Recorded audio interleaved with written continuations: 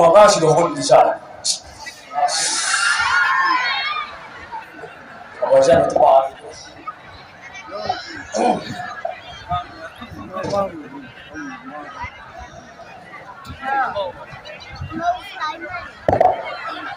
kay yo sa wala ska musina nupana chesia ko thokuna ama mathemda hatuna thanam hojika khabane toina asi era bi ka matoi to da si manu si ka sarau ya ngai samto hoda lai rakta sinaninga rumongda tifin mu bom hapstam dina kitu jo thon ka kari to su oh ngai dei to ji karau si karau na karau ka pe ga karau ha na me ga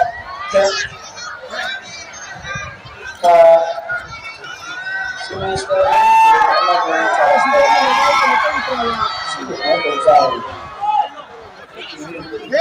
oh Sarah kamu tadi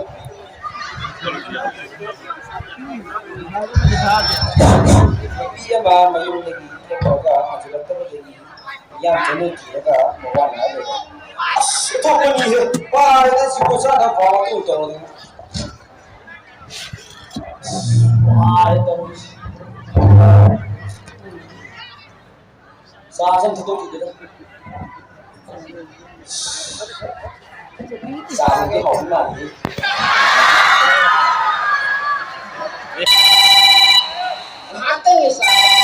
oh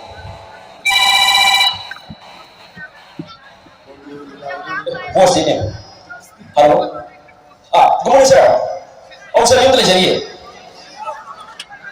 ngarang kita mau tulis saja medo sitang no sir ini sama pun nanti sir oh sir tamu tuh bisa ngarang saja medo kasih tahu orang muda ini dong ngarang dalam sistem stage na kita mungkin belajar sir oh sir oh saya ya sir ini hari nggak tahu sir aduh halo saya YouTube stage apalagi video kita terus kita bisa sir lấy mẹ xem là pula ga rồi một đại học là giá nó tổ chức rồi bây giờ đúng sir kami ini kami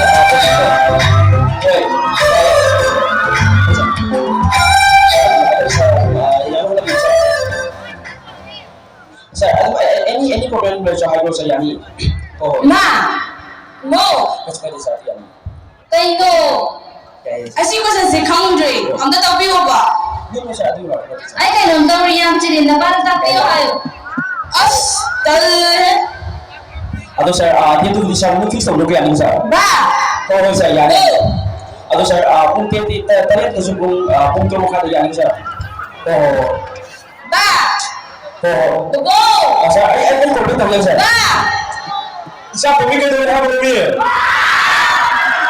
ai sih kau sih secondary ang tatapi ko ba Bapak saya tadi nggak bisa ngurus sendiri lah. Kalau bisa kalau tapi so. Oh mama, ini tahu di sini. Mama, saya tahu lah. Ayah bos ni ya, mana ni kan satu tu yang bayar tu. Kena jawab kamu. Nanti kerja. Mana pun dah mama. Iya kerana ni macam orang apa orang apa ngateng ye masih dah. Noi sini ba, ai nãy giờ làm ta biết rồi ba, noi mau ba thì ngon hơn này ba, ai su lại làm chậm rồi, mau ba em biết bây giờ rồi. Thôi bây giờ mama mặc isong mặc cái masa mặc isong mặc cái, nó ngồi thôi, tôi say nè, bisa apa tu? Ada lagi macam apa ba? Cái iPhone hay adu lagi jadi na, adu su 14 plus, mix apa mix, ay na. Chale. Hello, sao sao vậy tôi? Wah.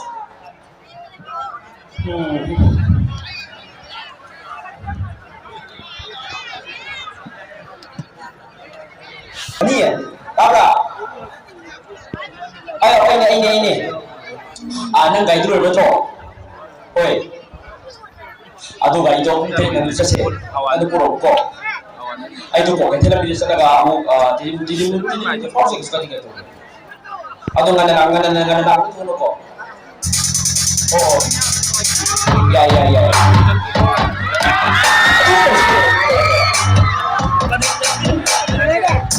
Ada ya, tentu dia itu. Ada lah, kita post foto ambil foto mahal tu orang projek tu wanita. Ada nak pergi parti tahu benar. Semua ni wanita pun wanita. Ada nak hari foto di hari pada kita tu. Ima, lillahi wa la ilaha Ima. Oh. Tak ada mana kamu ini kan? Oh. Wabo. Apa kita tak boleh kau? Wabo. Di mana lagi dah? Wabo. Lillahi wa la ilaha Wabo. Gila tu si Chai tu begini ni. My God, sama mana kaya dia? Kasih tahu tidak hari yang sana tu. Oh, my God, yang ni sama kira, song. Oi, jangan bye bye. Kali yang aku tahu si bos kan. Mesti badatan yang jauh tahu.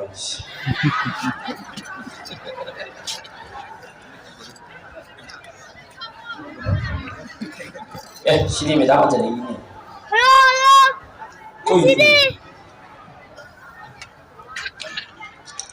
Wanita. Mana kau sunah?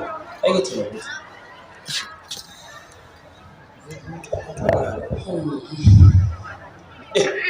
Kumusta ayo ni mana? Mak, tahu tak? Ayo bising ni. Saya kalau sudah tahu sudah. Orang sama begitu.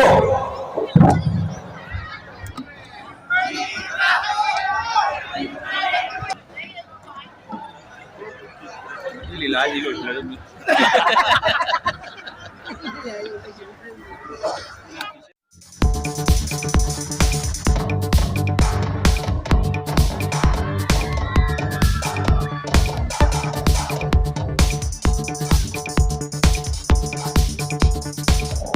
Baliklah. Dengar tak? Semua semangat saya.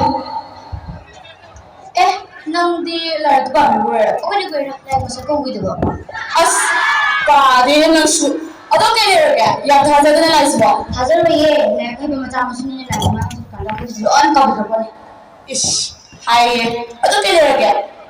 Kasi dia, hati jangan cakap le baga yang cinta nengau ya raja. Aduh, macam tu kau dulu.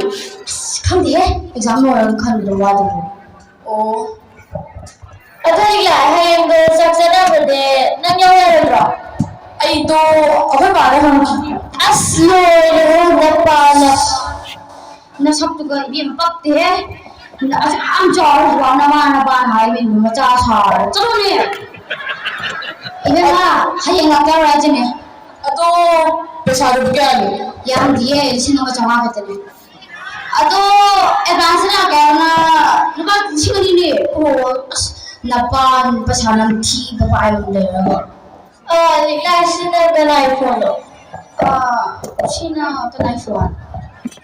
CD apa iPhone ni? Is, asal am charge bapa. Ni iPhone bayar saya. Ini nak kelas ni nak telefon bayar saya. Hai yang tu yang gitu deh. Asyik high grade. Orang dia ni dah tu dia. Orang high ke thama kaya gitu dah. Is, nasyuk. Ada lain apa macam yang dah. Jauh siai. Nang number ada berapa? Ni bapa tu berapa? Paru yang nasi. Ren lagi lori kan? Si phone sih mah paru. Number aja. Number berapa?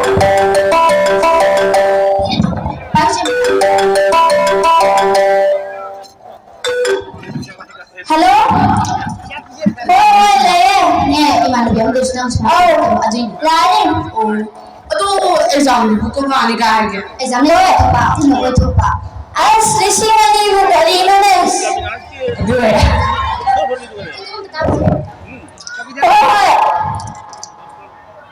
Lain, sesuatu aja. Iya, boleh nggak tahu siapa itu? Asyik satu itu saja dari lo. Oh, aduh di coba lagi berapa? Ada kau ada? Aku cakap tu. Ya, memang. Itu memang ada. Lek tu kesat liam ni kau. Tapi, napa aja? Ain ada. Napa itu hasil lagi deh hang. Yes, aduh di dah lagi kau. Ina nabi ni ina final raga. Aja like pada yang masih dah. As I so born in a parida, like part of the deployed. Come a little closer.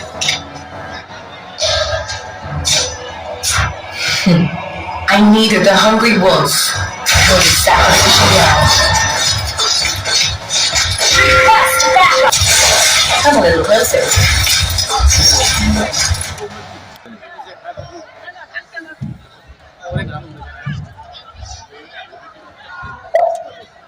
Ôi Ito mali amli bro.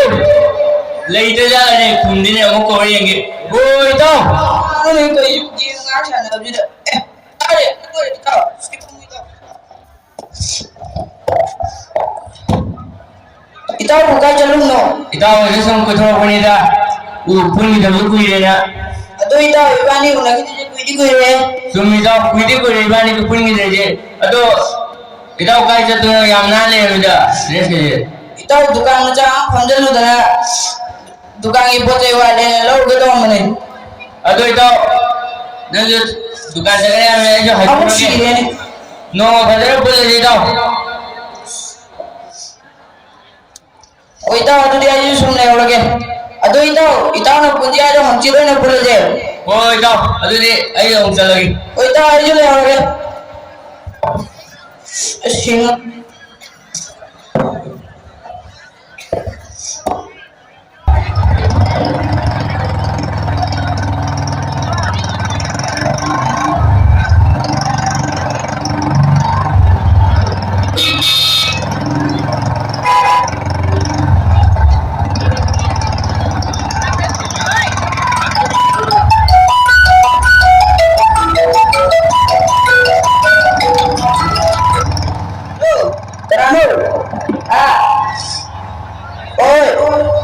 Jesuit na. Oi ba, kamu. Ado, nang ito. Tang trama tuyo na jam na tro. Oi, tama kaya tadi. Ayo lah, oi, tama ito ba.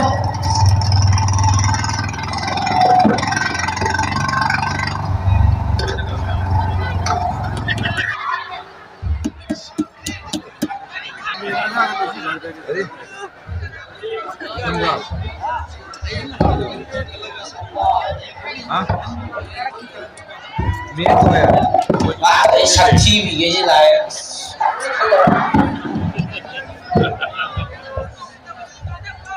Cái đó xem cái nào. Adoro, gari na phone mo dai. Ano sa kaya to? Lâu lạc bị đâu ạ? Yari nagun khamo ko hatani. Nasi lâu lạc bị đâu ạ? Nang di jam pa jam ni na pyong hai ba na. Asa ko ni yung wala din lang di pura ay dre. Khana di banta. Hantar lai bo sa do mi da thu bi ko ni. Oh, Ai ni ma mi sa ni. Mi na mi dam khat tak pa hi na bi ji. as ye pa mi ne masa pa de. Ibu nang ina bi ya. Iya me wa ta ba. Ya ai ko thi du ba da da ai bu ba su ni ai ba. Ya ai ke to ro. Salah mana? Dale. Good morning. Good morning, sit down. Iya. Kasi na laptop ni ba? Kasi ni na laptop pa ni na. Oi miss lagi. Sorry. Wait ko. Hungry à? Mới đi hay đi show tiền xe, show tiền không? Mới đi ra rồi. Sorry ko. Walk na mi ma panda.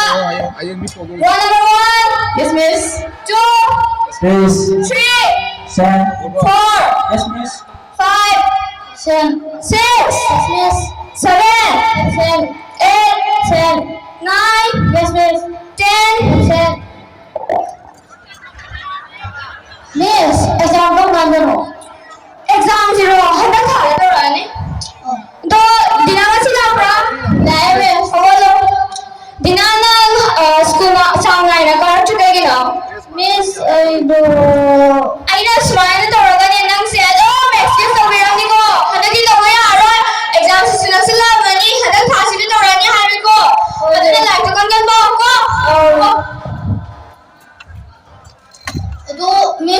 exam kung ano to diba? Exam na hire na na. Hanang tayo to ni hire na na kung pang brava. Exam ka ras. Hey! Tayo dito. Miss kasi din mas pasawa. Hoy, ayan. Ano kipedo? Mani. Kaya sa ay naman na lang wala. Pare jadi ay kasi hanggang na ba exam portion sing to bithong ko. Network sing to bithong sing na ba ready na wa? Ngayon di ko na bithong chiba. Bithong na do sing na ba na ay kyam ko re na.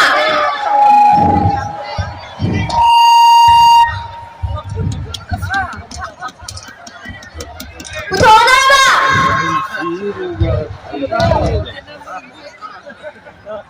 Hello ko. Oy miss. Ahamada English ki na chapter number 1 lagi 14 tho. Miss, ado, Miss na gawin hayo to. Aina class teacher ho rabani na atai ho ja na ingona sinara ba begine. Hello ko. Hujiki English ki na 1 lagi 14 tho chalo. Science ki na 2 lagi 16. Miss ado ngasi habuli je lei ba. As habuli je lei na ya to hujia to ki matam na te. Yo ni chi ki do se. Ibi ma ki di ma. Chalo ya. Science ki na 6 lagi 17 tho chalo.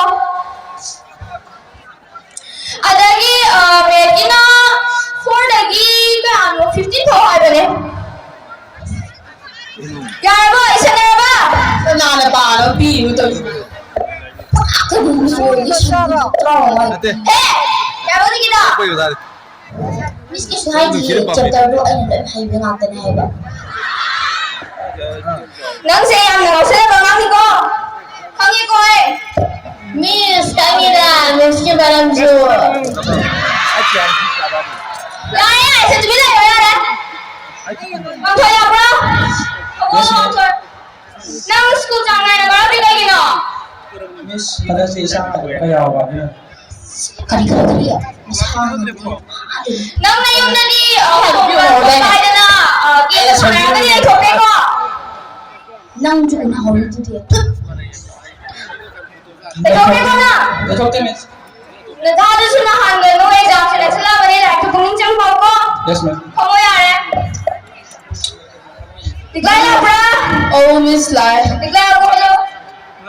Diklaya nang sa school sige o jawa sing sina ni khang bra asa atom ni mati thang ni ba cha ra ko. Lai to pungin chang na ko. Oh Miss. Handang marak se nang lai ta thawai phai yaw da mama ni ko. Handang ni number handa ya de. Boy Miss. Kamu ya re. Kasiri ay like sita roi ke kaya na hai bidi exam ki portion sing to bitho bani na lebo ko portion sing to hai bitho pi ra ko ha Yes, ma'am. tumi ai na hai do bani noi na yum da ne khambra phone bai da na mobile game sara da nei thok lu ko le ko ko na adu na bi sing so hey bilayo na bi sing so ne khambra Instagram bai da ne view share na nam da Miss Rina ang thang ni tan kan law ka no law ta ma no law ma di Miss ado tam law ni si ba na kong pang du ma hoi su pang du re chang ma na ye pai lai te Okay jadi lai do kan ba ro yung na lang ho na phone ni na lai no wish you all the best for examination thank you me exam ni kan lai ni kam na paning do kan sida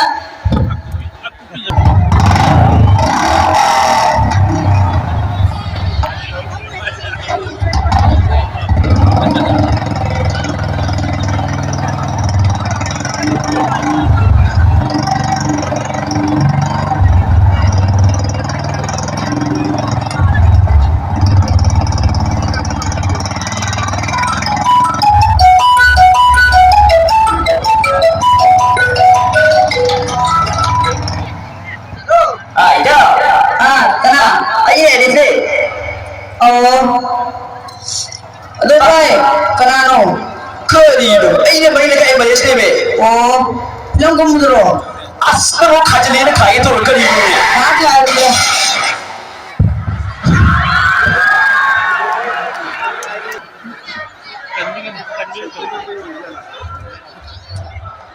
ꯚꯥꯏ ꯉꯁꯤꯗ accident ꯇꯧꯕ ꯃꯥꯜꯂꯤꯅꯦ ꯚꯥꯏ ꯁꯤ ꯃꯣꯏꯁꯤꯡꯗꯤ ꯌꯥꯔꯅꯦ ꯚꯥꯏ ꯁꯣꯏꯗꯤ ꯈꯔ ꯌꯥꯎꯔꯤ ꯁꯤ ꯅ꯭ꯌꯨꯁꯄꯦꯄꯔ ꯍꯥꯟꯅ ꯇꯧꯁꯤ ꯍꯥꯏꯗꯤ ꯐꯣꯇꯣ ꯀꯥꯁꯤ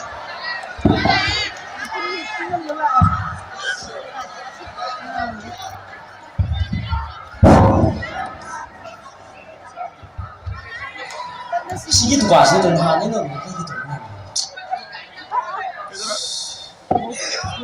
남자 팀까지 팀 오는 거 어디다? 이제니네. 근데 약속해.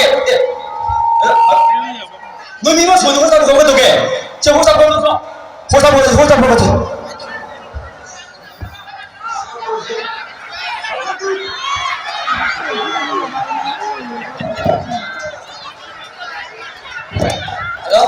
Kemudian hengangi majing cing ni makom dah. Kita tu nak.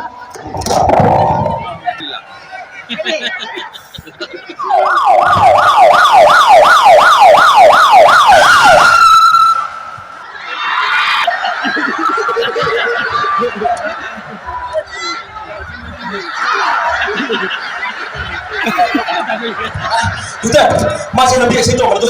Ini lebih sudah coba mana? Nanti betul-betul dulu. Oke ya nih.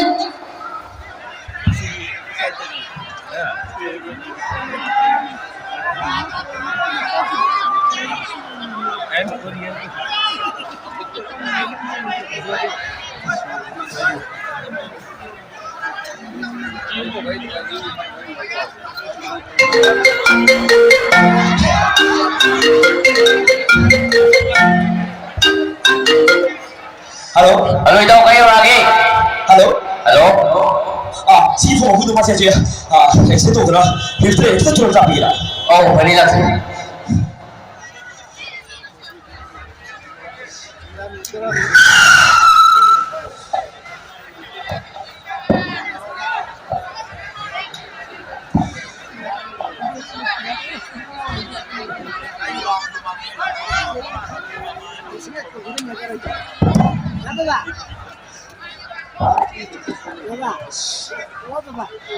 Hasgida. Oh, kemana?